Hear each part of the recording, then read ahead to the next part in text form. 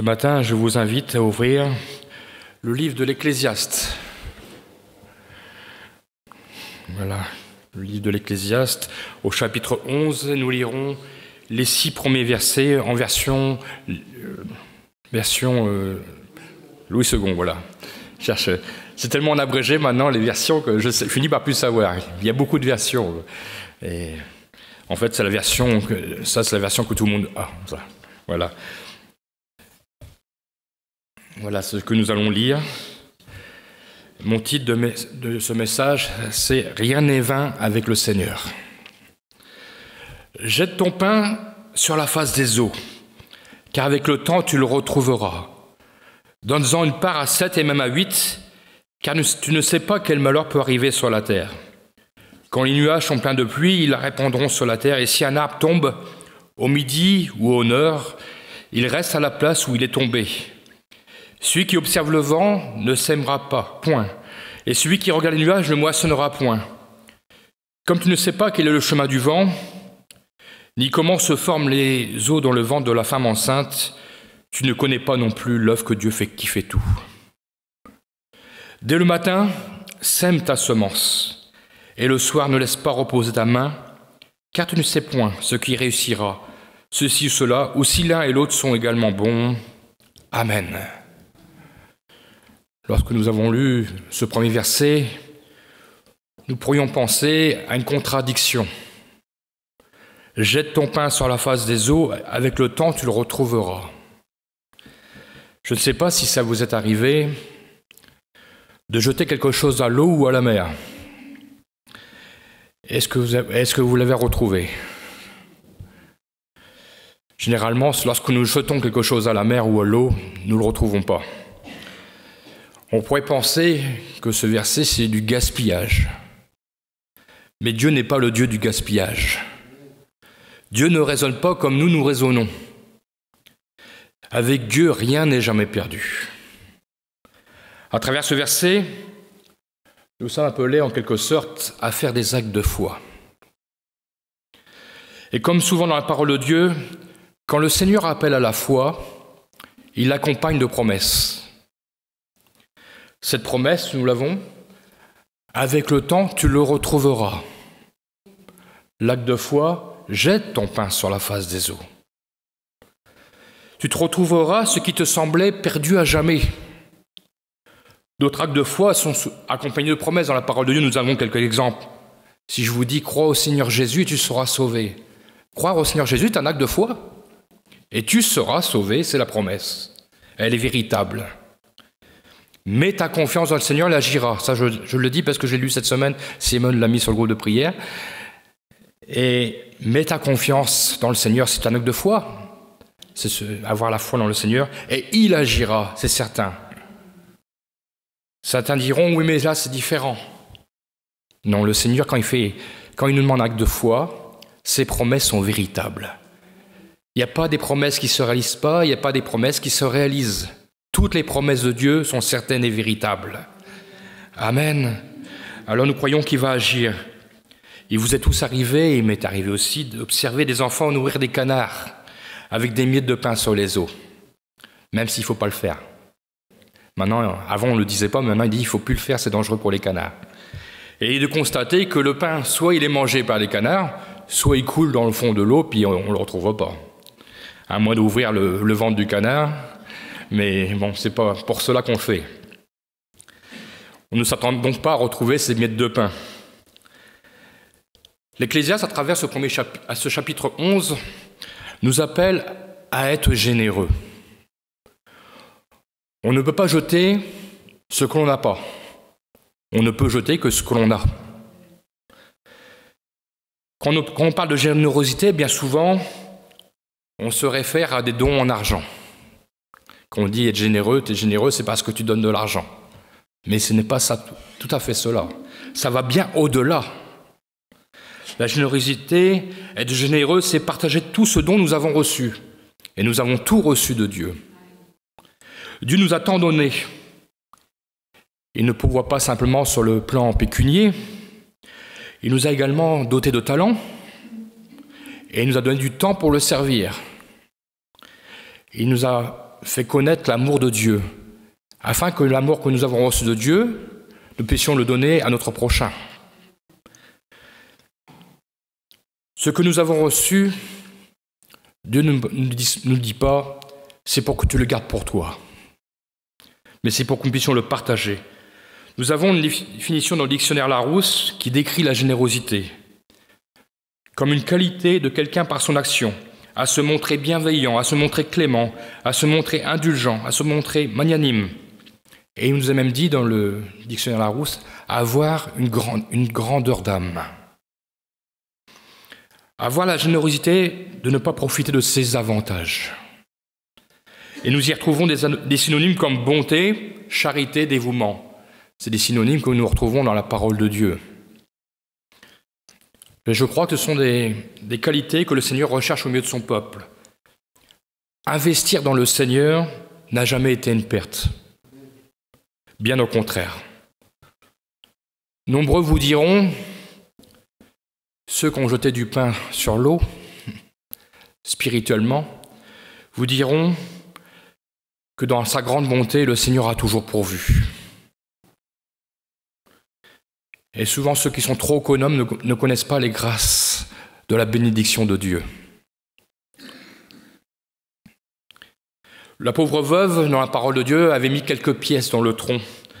Et le Seigneur dira qu'il y avait mis de son nécessaire. Et je dirais de son pain. Le pain qui fait vivre.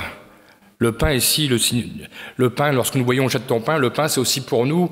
Le pain c'est la base de l'alimentation. C'est le nécessaire, ce qui nous fait vivre. Bien souvent, on dit on peut vivre de pain et d'eau fraîche. Et ici, la pauvre veuve a donné de son nécessaire. Et bien sûr, des pharisiens étaient passés derrière avec des grandes richesses et ils faisaient des grandes offrandes. Mais la pauvre veuve avait donné beaucoup plus, proportionnellement. Et celle que le Seigneur a bénie, c'était cette pauvre veuve, parce que les pharisiens ont donné de leur superflu, en fait. Ah, ces pharisiens avaient de grandes richesses. Ils venaient juste se faire voir. Mais Dieu ne veut pas que nous venions par intérêt devant lui. Dieu honorait donc la foi de cette pauvre veuve comme il veut honorer ceux qui donnent avec foi. Nous ne donnons pas au Seigneur par intérêt, mais nous nous attachons à ses promesses. Nous savons que quoi qu'il puisse nous arriver, il peut y avoir des imprévus, Dieu viendra à notre secours. Le Seigneur nous dit dans sa parole de ne nous inquiéter de rien. Dieu pourvoira. Dieu nous exhorte à pratiquer la bienfaisance, et je dirais sans calcul de rentabilité. Si je donne, si je calcule bien, le Seigneur va me donner ça, va me donner ça. Vous savez, aujourd'hui, on prêche un évangile de prospérité. J'ai entendu dernièrement une bêtise énorme. Il y en a un qui disait « Donnez votre voiture, vous aurez une Mercedes ». Et non, ça ne marche pas comme ça avec Dieu. Et c'est l'évangile de prospérité. On veut faire croire que voilà, Dieu donne abondant de choses. Oui, Dieu est capable de donner, mais pas par intérêt. Dieu veut nous voir plutôt humblement et travailler pour lui, même dans le silence, travailler dans l'ombre. Et c'est là que Dieu bénit. Dieu nous exhorte donc à pratiquer la bienfaisance sans calcul de rentabilité. Même si le pain semble perdu, il nous appelle à donner sans rien attendre en retour. La parole de Dieu nous dit, et c'est dans la bouche de Jésus, à travers Luc chapitre 6, versets 33-35, il nous dit « Si vous faites du bien à ceux qui vous font du bien, quel gré vous en saura-t-on ? Les pécheurs aussi agissent de même. Et si vous prêtez à ceux qui vous espérez recevoir, à ceux de qui vous espérez recevoir, quel gré vous en saura-t-on ? Les pécheurs aussi prêtent aux pécheurs, afin de recevoir la pareille. Mais aimez vos ennemis, faites du bien et prêtez sans rien espérer. Et votre récompense sera grande. Et vous serez fils du Très-Haut, car il est bon pour les ingrats et pour les méchants. Amen. Et oui, le Seigneur ne nous demande pas que de nous mettre en avant, mais simplement donner pour l'honneur du Seigneur. Un bienfait n'est jamais perdu, parce que premièrement, ça réjouit notre cœur. Deuxièmement, ça réjouit le cœur du Seigneur. Et troisièmement, il y a le contentement d'avoir fait une bonne action, mais il y a aussi, dans le troisièmement, c'est la personne qui reçoit, qui est ravie.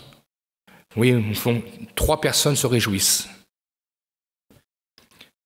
Proverbe chapitre 11, verset 24, nous dit encore « Tel qui donne libéralement devient plus riche, et tel qui épargne à l'excès ne fait que s'appauvrir. » Alors j'ai noté, je crois que ce proverbe-là, vous ne le trouverez pas dans le manuel du banquier. Le banquier ne vous diront pas que si vous faites des économies, si vous épargnez chez eux, vous allez vous appauvrir. Non, ils ne vont pas vous dire cela. Mais la parole de Dieu nous le dit. Proverbe chapitre 19, verset 17. Celui qui a pitié du pauvre prête à l'Éternel, qui lui rendra selon son œuvre. Ici, nous avons encore un excellent argument pour être généreux. Le fait de prêter à l'Éternel, pour le chrétien, est un acte inestimable. L'Éternel nous a tant donné. Lui qui a été jusqu'à donner son Fils unique. Et parfois nous disons, mais Seigneur, qu'est-ce que nous pouvons faire? Qu'est-ce que nous pouvons t'apporter? Et nous pouvons prêter à l'Éternel. C'est une grâce. Le Seigneur ne nous demande rien, mais notre cœur de gratitude veut apporter au Seigneur. Il est certain que nous ne pourrons jamais donner ce que le Seigneur nous a donné. Mais ça n'empêche pas qu'un enfant envers son Père doit être rempli de gratitude pour ce qu'il a reçu. Nous pouvons lui prêter nos ressources, nos dons, notre temps, et nous croyons qu'il en fera bon usage. Les taux d'intérêt du Seigneur ne sont pas ceux des banques. Comme on le dit souvent, c'est souvent quand nous n'y attendons pas que le Seigneur bénit, qu'il multiplie. Il nous est même dit dans la parole de Dieu qu'il nous rendra au centuple. Alors si vous dites ça aux banques, vous allez avoir des soucis. Si vous dites que vous avez placé dans le Seigneur parce que lui il rend au centuple, ils vont vous dire c'est pas possible. Mais avec le Seigneur tout est possible. Dieu aime voir nos cœurs donnés sans attendre en retour, car c'est là qu'il accorde sa bénédiction et sa récompense. Nous lisons encore dans Proverbe chapitre 22, verset 9, « L'homme dont le regard est bienveillant sera béni, parce qu'il donne son pain aux pauvres. » Là encore un proverbe qui montre la disposition du cœur de celui qui est généreux ou de la généreuse. Si nous avons cette bonne disposition dans notre cœur, alors Dieu nous donnera toujours de trouver une bonne œuvre à accomplir. Nous devons user de libéralité, même si cela peut paraître être du gaspillage et une perte. Mais avec le Seigneur, nous le retrouverons. Si nous faisons notre acte de libéralité en l'accompagnant de notre prière, nous croyons que le Seigneur bénira non seulement l'acte, mais bénira aussi le retour.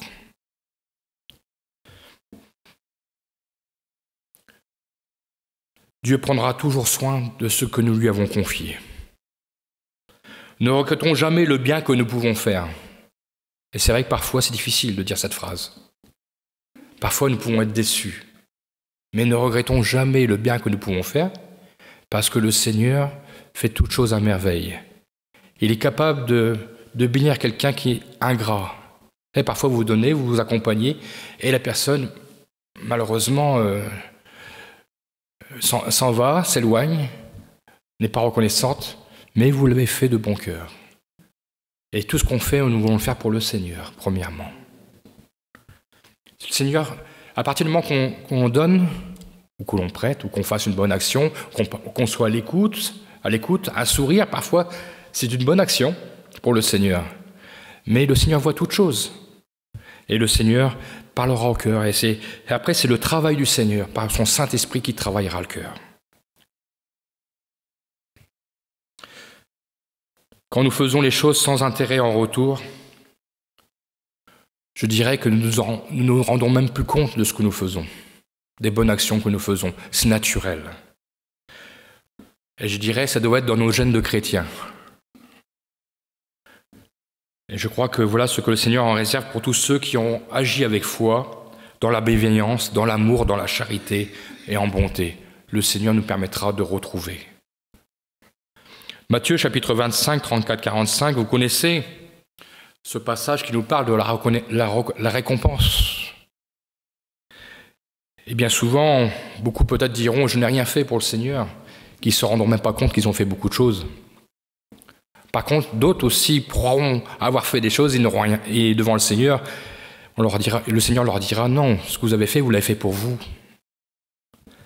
Voilà ce que nous lisons. Alors le roi dira à ceux qui seront à sa droite, là, bien sûr le roi, c'est ici dans cette parabole, c'est Jésus. « Venez vous tous, vous qui êtes bénis de mon Père ». Alors ceux-là, c'est ceux qui sont à sa droite. « Prenez possession du royaume qui vous a été préparé dès la fondation du monde. Car j'ai eu faim et vous m'avez donné à manger. J'ai eu soif et vous m'avez donné à boire. J'étais étranger et vous m'avez recueilli. J'étais nu et vous m'avez vêtu. J'étais malade et vous m'avez visité. J'étais en prison et vous êtes venus vers moi. » Les justes lui répondront, « Seigneur, quand avons-nous vu avoir faim et t'avons-nous donné à manger? Ou avoir soif et t'avons-nous donné à boire? Quand avons-nous vu étranger et t'avons-nous recueilli? Ou nu et t'avons-nous vêtu? Quand avons-nous vu malade ou en prison et sommes-nous allés vers toi? » Et le roi leur répondra, « Je vous le dis en vérité, toutes les fois que vous avez fait ces choses à l'un de ces plus petits de mes frères, c'est à moi que vous les avez faites. » Ensuite, il dira à ceux qui seront à sa gauche, « C'est pas nous. » Vous verrez que ce ne soit pas nous surtout. Ceux qui seront à sa gauche, « Retirez-vous de moi, maudit, allez dans le feu éternel qui a été préparé pour le diable et pour ses anges. Car j'ai eu faim et vous ne m'avez pas donné à manger. J'ai eu soif et vous ne m'avez pas donné à boire. J'étais étranger et vous ne m'avez pas recueilli. J'étais nu et vous ne m'avez pas vêtu. J'étais malade et en prison et vous ne m'avez pas visité. » Ils répondront aussi, « Seigneur, quand avons-nous vu ayant faim, ou ayant soif, ou étranger, ou nu, ou malade, ou en prison, et ne t'avons-nous pas assisté ?» Et il leur répondra, « Je vous le dis en vérité, toutes les fois que vous n'avez pas fait ces choses à l'un de ces plus petits, c'est à moi que vous ne les avez pas faites. » Il vaudra mieux se trouver du côté droit du Seigneur. De ce côté, on le retrouvera tous ceux qui auront été généreux de toutes sortes de ressources que le Seigneur leur a confiées. Le Seigneur nous a confié toutes sortes de ressources. Car rappelons-le, tout ce que nous avons, c'est ce que nous avons reçu du Seigneur. Si nous avons un travail, c'est le Seigneur qui nous l'a donné. Si nous avons un logement, c'est le Seigneur qui nous l'a donné. Si nous avons une bonne situation, c'est le Seigneur qui nous l'a donné. Et je dirais, c'est un juste retour des choses de les confier à notre Seigneur. Bien sûr, il faut le faire avec sagesse. Il ne faut pas tomber dans les excès.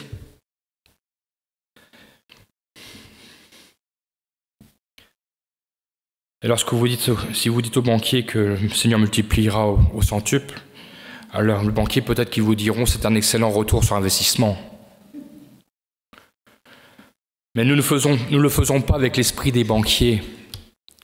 Nous le faisons avec l'esprit du Seigneur. Le mot pain en hébreu signifie grain.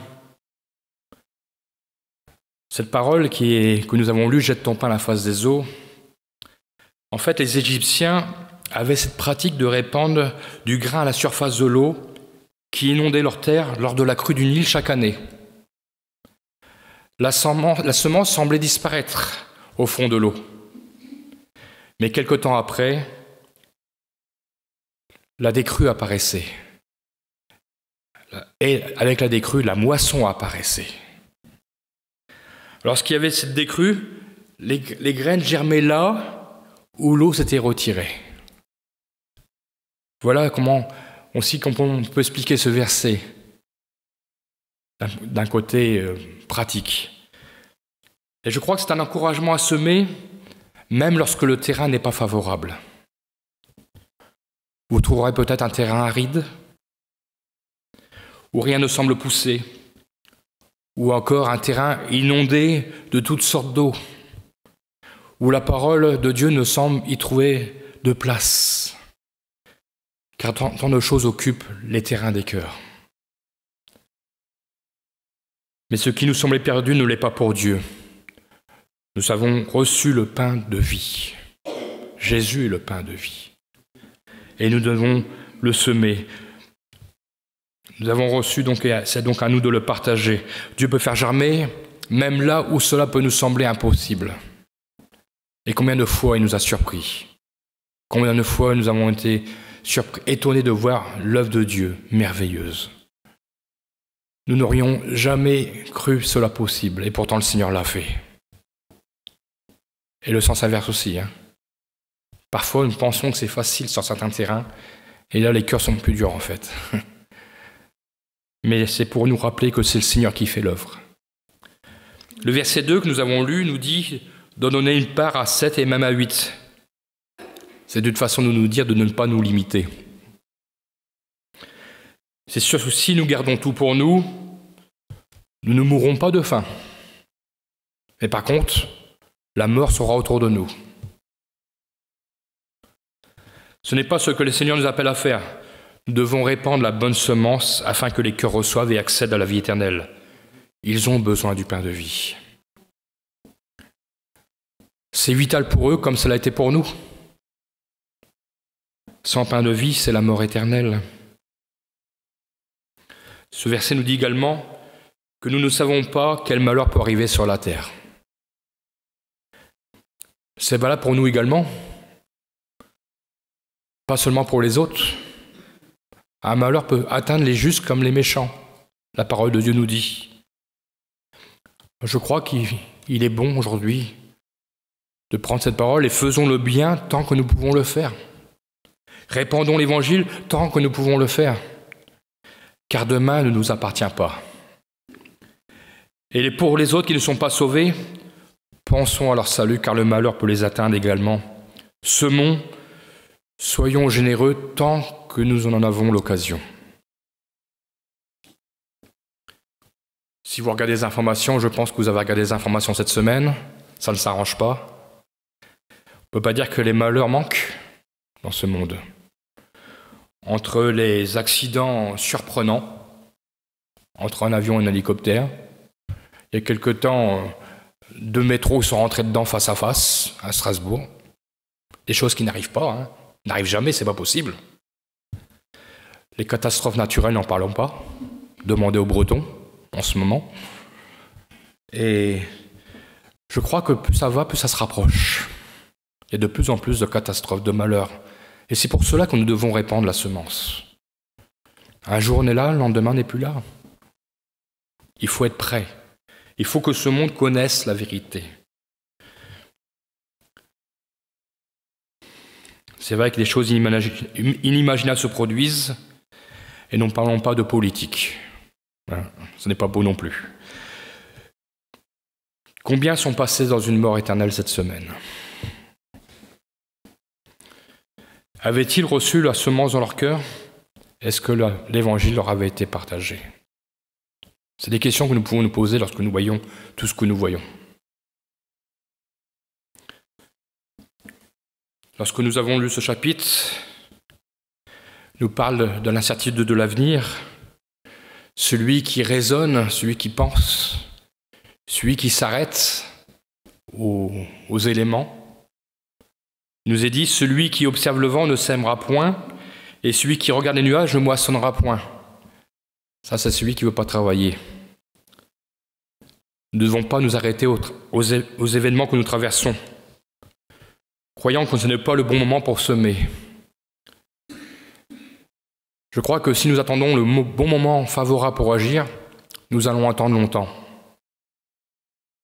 Et pendant ce temps, des âmes vont mourir. Vous savez, le malin donnera toujours de bonnes excuses pour nous dire que ce n'est pas le bon moment, que ce n'est pas le bon terrain.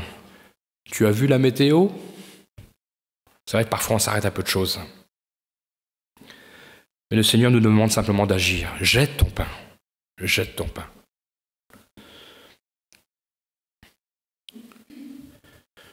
Le malin est capable de faire souffler toutes sortes de vents.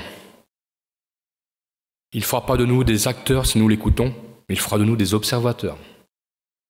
Et ce n'est pas ce que Dieu veut. Dieu veut que nous soyons des acteurs. Je dirais que Dieu n'a que faire des observateurs. Ce n'est pas avec les observateurs que Dieu fait son œuvre, mais avec ceux qui agissent et vont sur le terrain de la générosité. L'incertitude de l'avenir ne justifie pas l'inaction, l'inactivité. Agissons et Dieu fera le reste. L'Ecclésiaste encore nous encourage à être enthousiastes devant les diverses occasions que Dieu nous donne. Ne nous laissons pas paralyser par l'apport des événements, car Dieu est avec nous. Si un fermier au temps de la moisson, voyant la pluie venir, remet au lendemain son travail, il dira « Non, je vais attendre qu'il fasse beau pour faire la moisson », il peut perdre sa récolte. C'est un risque qu'il prend. Nous ne devons pas nous confier dans ce que nous voyons, mais nous confier dans le Dieu vivant et vrai.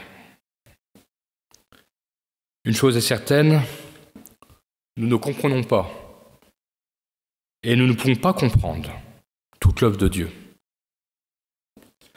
Parce que cette œuvre nous dépasse. De la création merveilleuse à l'embryon qui va croître dans le ventre de sa maman.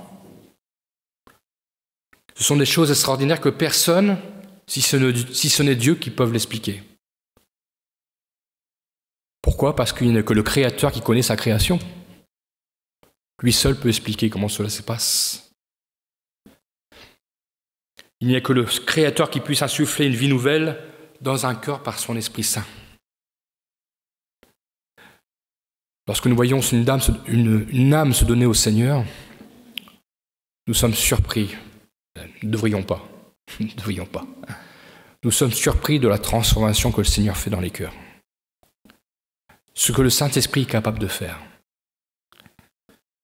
Parfois, il nous donne des conseils, mais parfois, il vaudrait mieux qu'on se taise et laisser le Saint-Esprit agir. Parce que parfois, nous voudrions faire tellement bien les choses que nous devrions le faire à la base du Saint-Esprit. Mais laissons le Saint-Esprit agir dans les cœurs. Et nous verrons, là nous serons peut-être observateurs de l'œuvre merveilleuse de Dieu qu'il a fait dans les cœurs. La transformation des cœurs, on ne peut pas l'expliquer, mais on peut la constater. Seul Dieu peut l'expliquer parce que c'est lui qui opère dans le cœur. Encore aujourd'hui, il est le seul qui puisse rétablir les cœurs brisés. Il est le seul qui puisse reconstruire ce qui a été abattu. Il est le seul qui est capable de guérir ce qui est blessé. Il est le seul qui puisse sauver ce qui est condamné. C'est ainsi que nous voyons l'Ecclésiaste dans ce chapitre s'appuyer sur la puissance de la création de notre Dieu pour nous encourager à ne pas chercher à expliquer, mais simplement à faire totalement confiance au Seigneur. Parfois, on essaye d'analyser, mais ça ne sert à rien. Le Seigneur sait ce qu'il fait. Notre Dieu est puissant. Jetons notre pain sur les eaux tumultueuses de ce monde. Un jour, nous le retrouverons. Nous avons parlé du Seigneur, et parfois nous disons, Seigneur, pourquoi tu ne réponds pas ? Jette ton pain, et tu le retrouveras. Dans ce chapitre, nous encore dit, jusqu'au soir, nous sommes invités à semer, à ne pas reposer notre main. Et je crois qu'aujourd'hui, nous sommes à la fin de la journée. Nous sommes au soir où le Seigneur revient, bientôt, semer. Quand le Seigneur reviendra, qu'il nous soit trouvé travaillant, répandant, semant avec générosité le bon grain qu'il a mis dans votre cœur, qu'il a mis dans notre cœur. Que nous puissions répandre les fruits de l'Esprit qu'il a mis en nous. Que nous puissions répandre la joie, la paix, la bienveillance, la bonté. Et combien nous verrons les âmes venir à lui.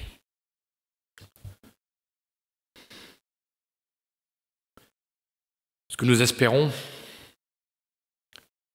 c'est de voir le fruit du pain que nous avons jeté sur les eaux, de notre vivant. Parfois, nous ne le verrons pas. Mais par contre, nous le verrons peut-être au ciel.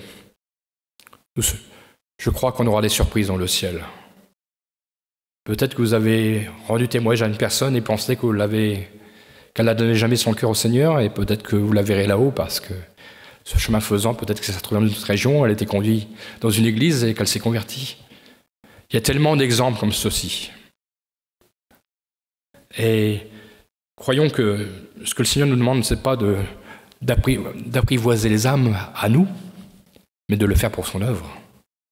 Qu'importe qu'il soit dans notre église ou qu'il soit ailleurs, le principal, c'est qu'il soit au Seigneur.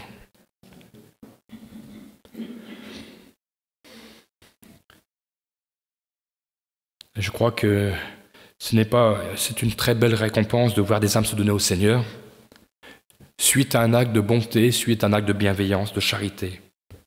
Parfois, peut-être en ayant changé simplement quelques paroles de l'amour de Jésus dans notre vie. Peut-être certains diront, le pain que le frère a, il est meilleur que le mien, c'est plus facile pour lui de rendre témoignage. Je ne crois pas qu'il y ait de beaux, de plus grands et de plus petits témoignages. Je crois que quand le Seigneur sauve, il sauve. Le plus important, c'est de faire dire au monde que le Seigneur nous a pardonné de nos péchés. Et que par sa croix, nous sommes sauvés. J'étais perdu et maintenant je suis vivant. Ah, c'est sûr, nous glorifions Dieu pour les beaux témoignages.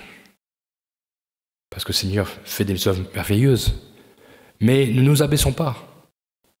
Quand le Seigneur sauve une âme, son témoignage est aussi retentissant qu'un grand témoignage. Le Seigneur veut sauver encore aujourd'hui. Alors, ne disons pas, laissons celui qui a un meilleur pain, un pain complet, le distribuer, mais faisons chacun notre part, jetons le pain sur les eaux.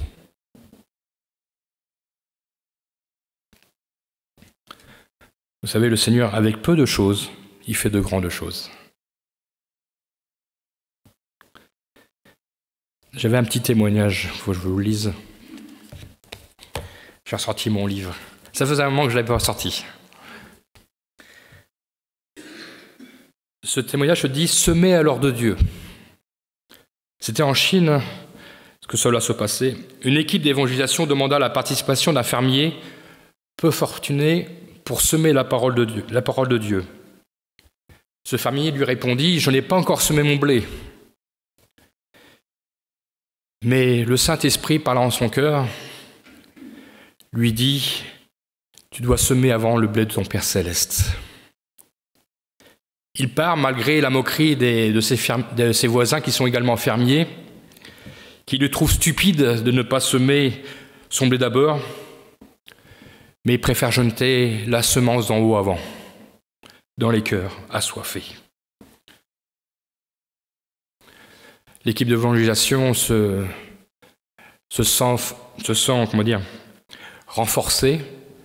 Quelques jours après, le fermier rentre chez lui. Il s'aperçoit quand il est rentré que les autres champs sont bien beaux et verts, un beau blé qui est sorti. Et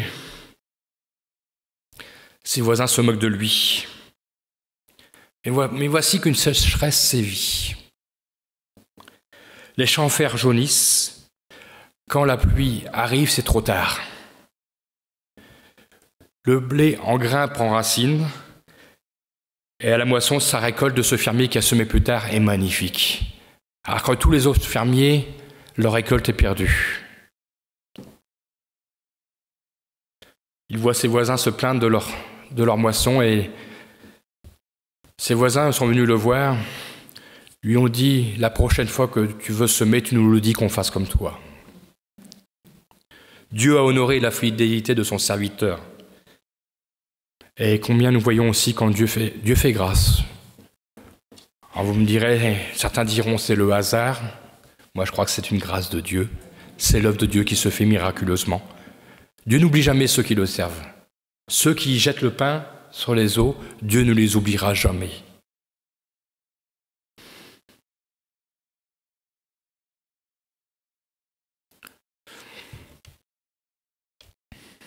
Parfois, il peut nous arriver d'être maladroits dans notre témoignage. Nous pouvons manquer d'assurance. Cela est normal. Mais si nous le faisons de tout notre cœur, je crois que là, Dieu fera croître aussi ce pain dans les cœurs. Et par sa bénédiction que Dieu répandra, il nous donnera de l'assurance, il nous donnera de grandir dans notre témoignage. C'est sûr que si nous disons « j'ai la parole difficile, je ne peux pas parler, je ne veux pas », le Seigneur ne demande pas grand-chose. Il demande simplement que nous parlions de notre vécu avec le Seigneur. Voilà ce que j'étais et voilà ce que je suis devenu avec le Seigneur. J'avais marqué, ce sera du pain béni, mais je ne sais pas si on peut dire cela. C'est une expression qu'on dit souvent, mais elle a été tellement parfois mal utilisée. Je crois que le Seigneur peut bénir le pain, que nous répondons. Agir avec foi ne produira pas nécessairement des résultats immédiats ou instantanés. Ça, nous le savons.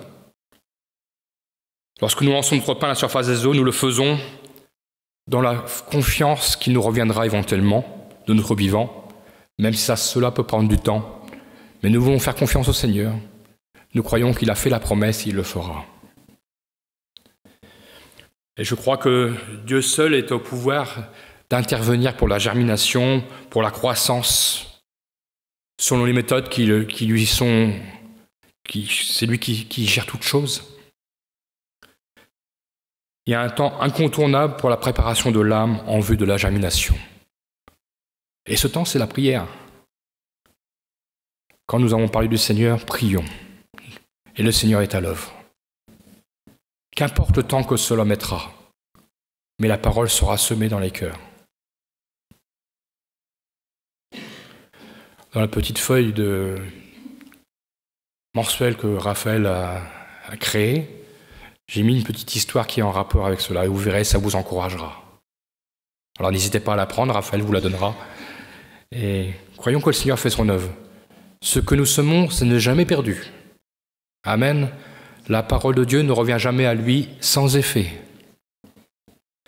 Si c'était faux, elle ne serait pas dans la parole de Dieu. Alors nous croyons que le Seigneur fait son œuvre. Comprenons et acceptons que le temps nécessaire ne nous appartient pas. Il est différent pour chacun. Si la vie est déjà un mystère, que dire alors de la vie de Christ qui s'implante dans un cœur? Comment comprendre une telle œuvre, si ce n'est le Seigneur lui-même qui peut nous l'expliquer? Je vais vous lire un petit passage. Son nom vous dira peut-être rien, Dieter Terlen, mais simplement ce qu'il a écrit est très intéressant. Ne recherche pas des résultats visibles.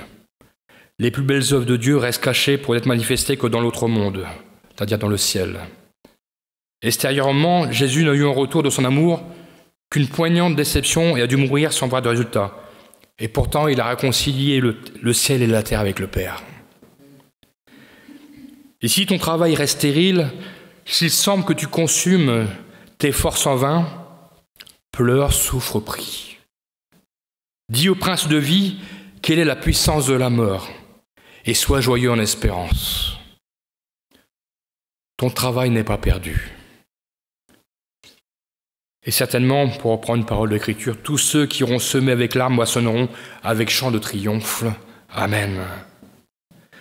Et dans le livre des Galates, l'apôtre Paul dira encore, au chapitre 6, versets 9 à 10, « Ne nous lassons pas de faire le bien, car nous moissonnerons au temps convenable si nous ne nous relâcherons pas. Ainsi donc, pendant que nous en avons l'occasion, pratiquons le bien envers tous, et surtout envers les frères en la foi. » Amen. Alors, faisons du bien, répondons la divine semence, et à lui soit la gloire, la puissance, que ce soit le nom du Seigneur qui soit glorifié et élevé. Amen. Et alors le Seigneur agira. Qu'il soit béni. Merci Seigneur mon Dieu, parce qu'encore ce matin, tu nous appelles à jeter notre pain, à avoir ce cœur généreux, à avoir simplement ce cœur de disciple, puissions manifester les fruits de l'Esprit autour de nous, que nous puissions répandre la bonne nouvelle de l'Évangile. Ô Seigneur mon Dieu, nous ne voulons rien garder pour nous, parce que Seigneur mon Dieu, tu nous as sauvés, et nous voulons que d'autres se soient sauvés. Nous voulons que d'autres puissent connaître la transformation de leur cœur, de leur vie. Nous voulons voir des vies restaurées, nous voulons voir des guérisons, nous voulons voir, Seigneur mon Dieu, des vies qui étaient brisées, relevées. Nous voulons voir des murs abattus qui soient reconstruits. Seigneur mon Dieu, tu connais toutes choses, tu connais notre cœur ce matin. Tu connais la disposition de notre cœur. Nous ne sommes pas venus pour nous faire valoir. Nous sommes simplement tes témoins de la mission extraordinaire que tu nous as confiée. Toi, Seigneur mon Dieu, que tu veux que nous soyons, tu nous honores de ce travail que tu veux que nous fassions pour toi. Seigneur mon Dieu, merci ce matin de nous éclairer, de nous conduire. Et c'est vrai, Seigneur mon Dieu, que le Saint-Esprit soit dans nos cœurs pleinement et qu'il nous anime, Seigneur mon Dieu, et que nous puissions dire « Oui, ce pain-là, donne-le. » Toi, cet ami, sois bienveillant avec lui. Oh Seigneur mon Dieu, que tu puisses nous conduire par ton Saint-Esprit. Que nous reconnaissons dans nos actes le bras de Dieu. Que nous reconnaissons que Dieu est avec nous. Que ce que nous faisons n'est pas perdu, mais que rien n'est vain avec toi, Seigneur.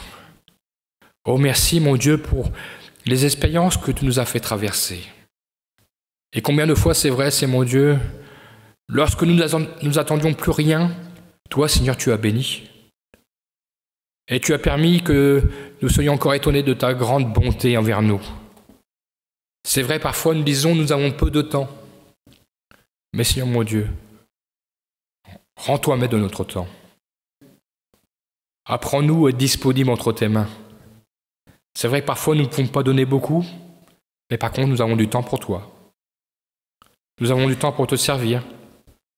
Seigneur mon Dieu, tu es celui, Seigneur mon Dieu, qui nous donne d'être éclairé par ton Saint-Esprit ce matin. Nous avons besoin de toi, Seigneur mon Dieu. Nous voulons, Seigneur mon Dieu, remplir la grande mission que tu nous as donnée et le faire avec efficacité, travaillant de mieux en mieux pour l'œuvre du Seigneur.